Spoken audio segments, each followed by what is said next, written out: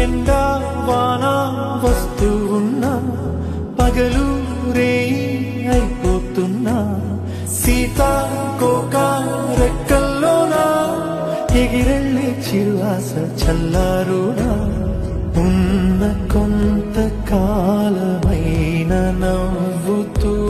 అలా రంగు రంగు పూలలోని తేనె పాటని పాడేస్తూ పూట పూట తీగా సాగి సాగి పోవాలని ఆగి పోరి పోరాదని ఆరు